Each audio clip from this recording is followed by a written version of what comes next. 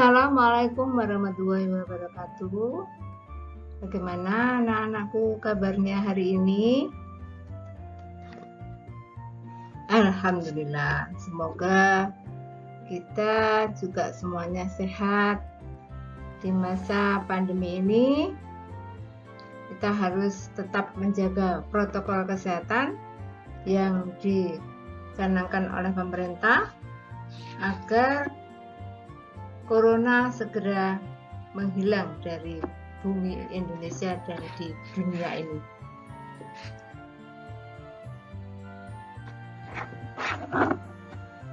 Baik, untuk kali ini pertemuan yang Mbah Barokah ini materinya yaitu teks cerita sejarah. Apa itu teks cerita sejarah? Ada yang tahu? Ya, sebuah cerita yang memiliki unsur sejarah berupa fakta dan kejadian masa lalu yang melatar belakangi dari cerita tersebut yang bernilai sejarah.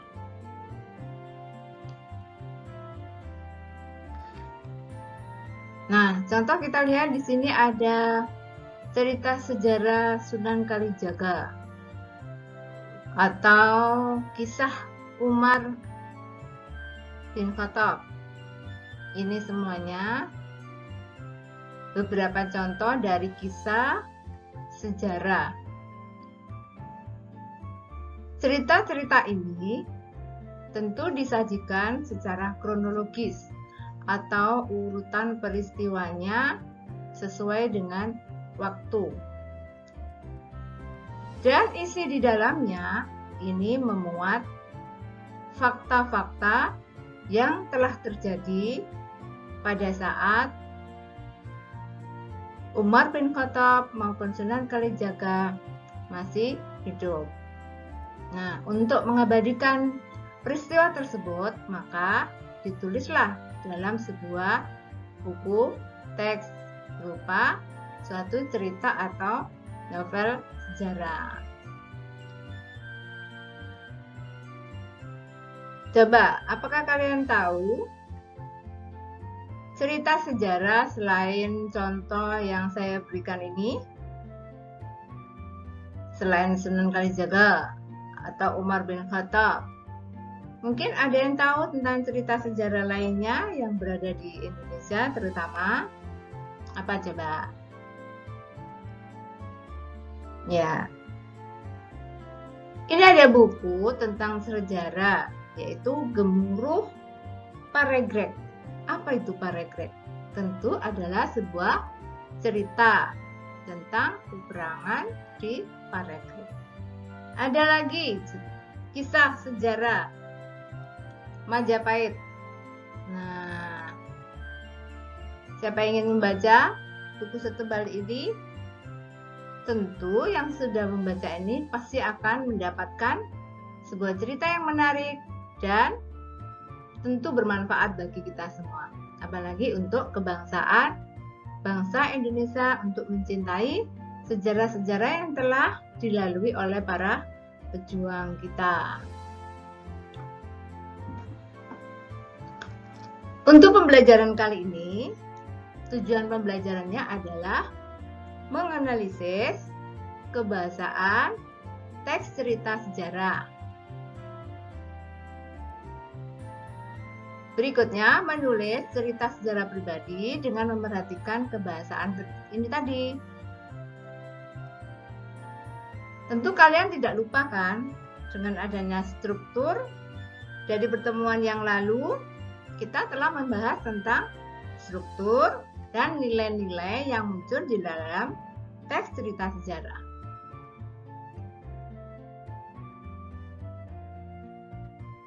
Manfaat dari pembelajaran kita nanti setelah kita mempelajari teks cerita sejarah, tentu nanti kita akan mendapatkan apa?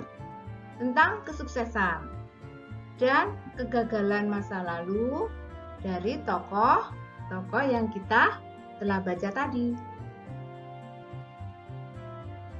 Berikutnya memperteguh sikap kebangsaan. Nah, kalau seperti ini berarti sikap kebangsaan dari Gajah Mada, Patih Gajah Mada, dan sebagainya. Ada lagi misalnya Pangeran Diponegoro, itu juga ada cerita tentang itu. Kemudian ada juga Cut Nyak Dien, itu juga ada. Dan masih banyak yang lainnya. Coba apa lagi yang pernah kalian baca selama ini? Ya betul, legenda itu juga termasuk. Kita coba lihat ya. Beberapa jenis teks cerita sejarah yang bisa kita baca, yaitu ada dua bentuk, sejarah fiksi dan sejarah non-fiksi. Sejarah fiksi, di situ ada novel, tentu novel yang berkaitan dengan sejarah, contoh ini. Kemudian cerpen, cerpen juga berkaitan dengan sejarah. Legenda juga demikian. Legenda tentang cerita sejarah apa? Tentu berupa fakta. Contoh, legenda atau dongeng Tangkuban Perahu. Kemudian apa? Ya, terjadinya Gunung Kelut di Blitar. Nah, itu juga termasuk legenda. Kemudian roman. Kalau roman bagaimana? Kisah cinta Ken Arok. Nah, itu juga ada di dalam roman cerita sejarah. Sedangkan sejarah non-fiksi itu diantaranya ada biografi, kemudian autobiografi. Yang terkenal di sini cerita sejarah biografi itu contohnya Insinyur Soekarno. Kemudian ada Muhammad Hatta. Semuanya tentang para pejuang kemerdekaan bangsa Indonesia, ya kan? Autobiografi. Autobiografi berarti menceritakan cerita sendiri. Penulis menceritakan ceritanya sendiri. Jadi kisah mulai dari masa kecil hingga dewasa dia ceritakan pengalaman pribadinya, baik menegangkan, menyenangkan, menyedihkan, dan sebagainya. Kemudian cerita perjalanan dan catatan sejarah. Kalau catatan sejarah kita bisa melihatnya bisa berupa prasasti. Kemudian catatan-catatan sejarah yang ada di museum itu bisa kita lihat, dan itu semuanya termasuk sejarah non-fiksi. Artinya bukan berupa hayalan, tetapi semuanya berupa fakta.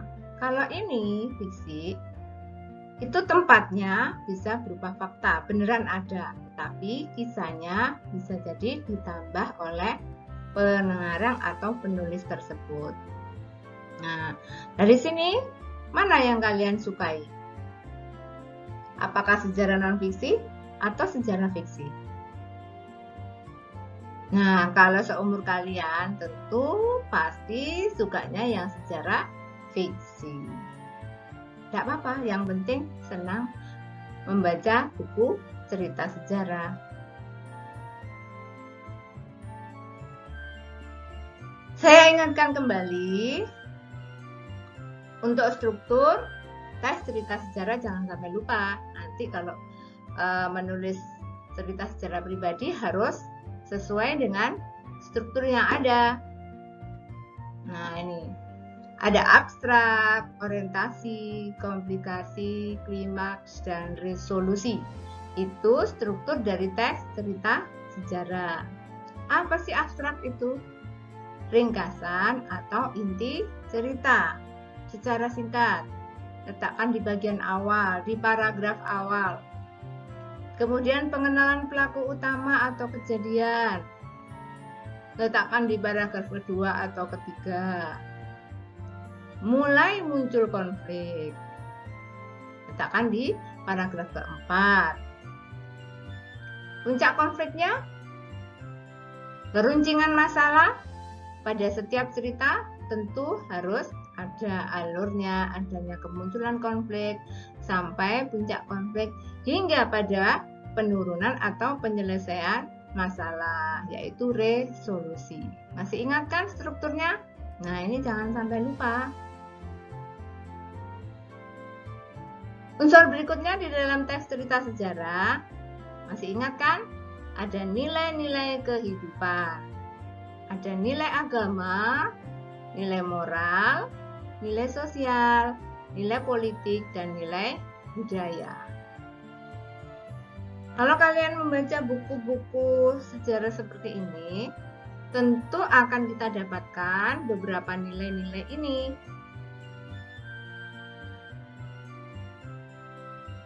Nilai agama yang berkaitan dengan hubungan manusia dengan Tuhannya. Nilai moral berkaitan dengan perilaku tokoh dengan dirinya sendiri. Sedangkan nilai sosial berkaitan dengan hubungan tokoh dengan lingkungan sekitarnya. Nilai politik berkaitan dengan politik tokoh dengan tokoh lain.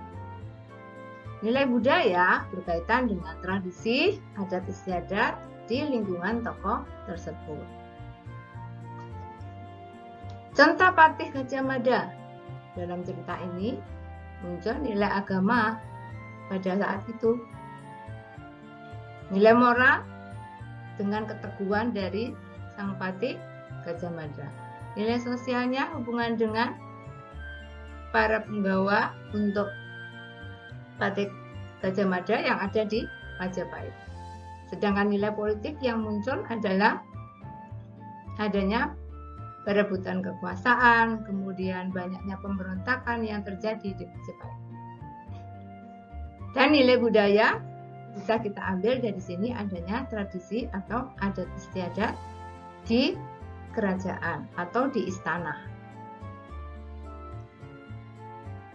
Nah, sesuai dengan KD yang kita bahas kali ini pada pertemuan ini, yaitu menganalisis aspek kebahasaan pada teks cerita sejarah.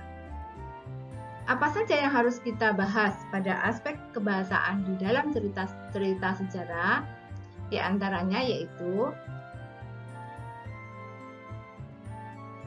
sebuah cerita sejarah tentu terdapat adanya suatu keterangan, yaitu ada keterangan tempat, keterangan waktu, keterangan alat, keterangan tujuan, keterangan cara, keterangan penyerta, keterangan perbandingan, dan keterangan sebab. Kemudian berikutnya yaitu tentu muncul majas atau gaya bahasa. Ada di situ tentu ada majas perbandingan, ada majas sindiran, ada majas penegasan, ada majas pertentangan. Apakah tidak mungkin muncul majas yang lainnya selain majas-majas ini di dalam teks cerita sejarah? Bagaimana? Pernah tidak kalian mengetahui atau menjumpai majas selain majas yang ada di sini di dalam teks cerita sejarah? Tentu ada. Ya, betul, tentu ada. Karena majas di dalam bahasa Indonesia tidak hanya 4 ini, melainkan masih banyak yang lainnya.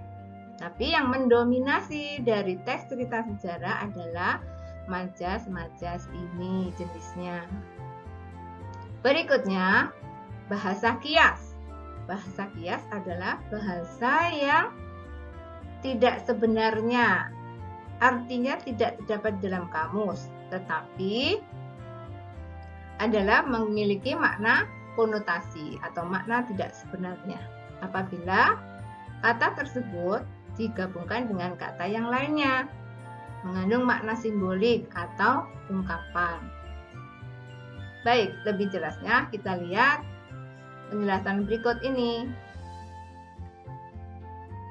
Aspek kebahasaan pada bentuk keterangan. Pada keterangan tempat, kita bisa melihatnya di sini merupakan kata penghubung, terutama yang di sini kata depan, di, ke, dari, dan pada. Untuk keterangan tempat, nanti akan kita cek benar nggak di teks cerita sejarah itu ada kata ini. Kemudian waktu. Pada dalam sudah ini semuanya adalah termasuk keterangan kata penghubung yang termasuk kata keterangan. Kemudian ada keterangan alat apa termasuk di dalamnya, yaitu dengan. Tujuan agar supaya untuk bagi demi dalam dengan cara, keterangan cara, dengan secara dan cara. Kemudian keterangan penyerta dengan dan bersama. Berikutnya bahasa kias. Penulis menggunakan bahasa khas untuk mengungkapkan perasaan, pikiran, dan idenya melalui simbol khas dan memiliki makna tersendiri. Contoh kata, nahkodah, kehidupan dalam rumah tangga. Mana yang termasuk bahasa kias dalam makna simbolik, yaitu nahkodah. Apa artinya nahkodah? Yaitu nahkodah diibaratkan adalah sebagai pemimpin pemimpin kapal. Nah, kapal di sini adalah diidentikan dengan rumah tangga. Kemudian untuk ungkapan, kelompok kata atau gabungan kata yang menyatakan makna khusus. Sehingga lebih menarik apabila dirangkai di dalam satu kalimat. Contoh, segala omong kosongnya itu hanyalah sebuah slogan belaka. Omong kosong berarti ungkapan. Jadi omong kosong artinya tidak ada apa-apanya yang sebenarnya. Berikutnya tentang majas dan gaya bahasa. Majas perbandingan yaitu ada hiperbola, personifikasi, metafora. Kemudian majas sindiran ada ironi, sinisme, dan sarkasme. Majas penegasan termasuk di dalamnya yaitu pleonasme dan repetisi. Majas pertentangan, antitesis, dan paradoks. Semuanya ini nanti kita lihat benarkah ada di dalam sebuah teks cerita sejarah. Nah, kita lihat di sini ada contoh. Peristiwa yang sangat memilukan terjadi di bumi Serambi, Mekah, Aceh, gempa bumi, dan seterusnya. Yang merah ini termasuk menggunakan kata apa atau gaya bahasa apa?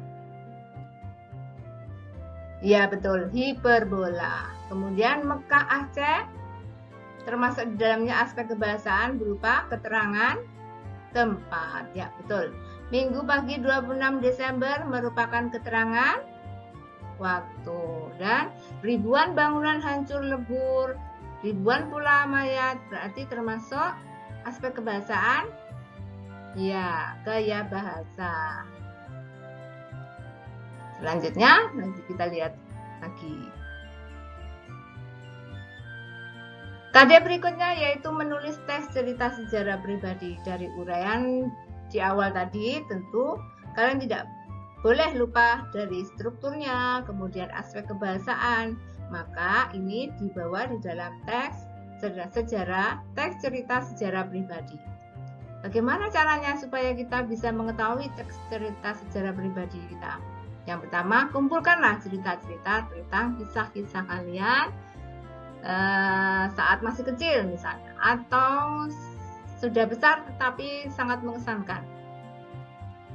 Bertanya atau menggali informasi berupa fakta, kemudian diurutkan peristiwanya dan diurutkan waktu. Langkah-langkah menyusun teks cerita sejarah pribadi. Tema, yang pertama kita kalau membuat cerita harus ada tema. Kemudian ada pusat perhatian, kita mau menggunakan sudut pandang pertama atau orang ketiga. Kemudian untuk penokohan, bagaimana kita mau menggunakan metode analitik atau metode dramatik. Kemudian latar, menggunakan latar tempat tentu pasti ada. Waktu, suasana ini harus ada di dalam teks cerita sejarah pribadi kita nanti. Alur, jangan lupa alur harus lengkap. Ada situasi awal, pemunculan konflik, peningkatan konflik, klimaks, dan penyelesaian. Ini semuanya langkah-langkah untuk menyusun teks cerita sejarah pribadi. Dari semua penjelasan tadi, dari awal hingga akhir, tentunya nanti di akhir pertemuan ini ada tugas yaitu menyusun teks cerita sejarah pribadi. Yang pertama, silakan kalian pilih Penulisan teks cerita sejarah pribadi menggunakan bentuk narasi minimal 3 paragraf. Harus ada pendahuluan, isi, dan penutup ya. Kemudian kalian menggunakan cerita bergambar seperti ini. Bagi kalian yang tidak lancar dalam menulis paragraf, kalimat, bisa menggunakan bakat kalian untuk menyusun komik atau cerita bergambar. Ini seperti ini. Itu gunakanlah aplikasi Komika. Ada, tinggal meletakkan foto atau gambarmu atau keluarga atau sanak saudara yang kemudian dibuat alur sehingga menjadi sebuah cerita teks, menjadi cerita sejarah pribadi.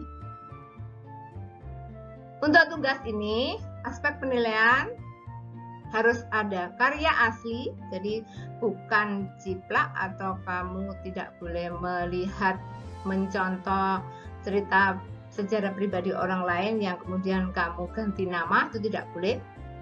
Kemudian aspek kebahasaan tentu harus ada tadi ya, majas, kemudian keterangan dan bahasa kias, itu harus ada. Dan yang terpenting yaitu penilaiannya adalah kreativitas dari kalian dalam menyusun kalimat sehingga menjadi cerita yang apik. Dan kemudian kalau kalian ingin membuat cerita bergambar komik seperti ini, maka kreativitas juga akan menjadi poin utama di dalam penilaian. Bagaimana? Sudah paham tugasnya? Ada pertanyaan untuk tugas? Baik. Kalau tidak ada, berarti kalian sudah siap untuk menyusun teks cerita sejarah pribadi. Jangan lupa untuk mengunggah di e-learning madrasah sesuai dengan KD, yaitu menyusun teks cerita sejarah pribadi. Jangan sampai salah tempat dalam mengunggah ya.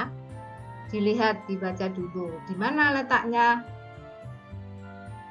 Kolom penyusunan teks cerita sejarah pribadi.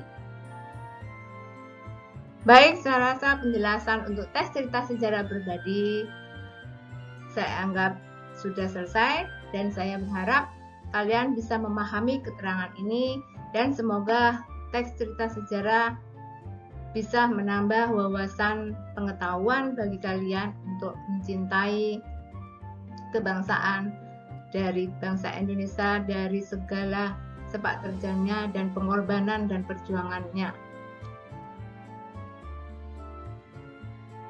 Tetap patuhi protokol kesehatan, jangan lupa itu ya, supaya kita selalu terjaga dan selalu sehat. Saya akhiri, wassalamualaikum warahmatullahi wabarakatuh.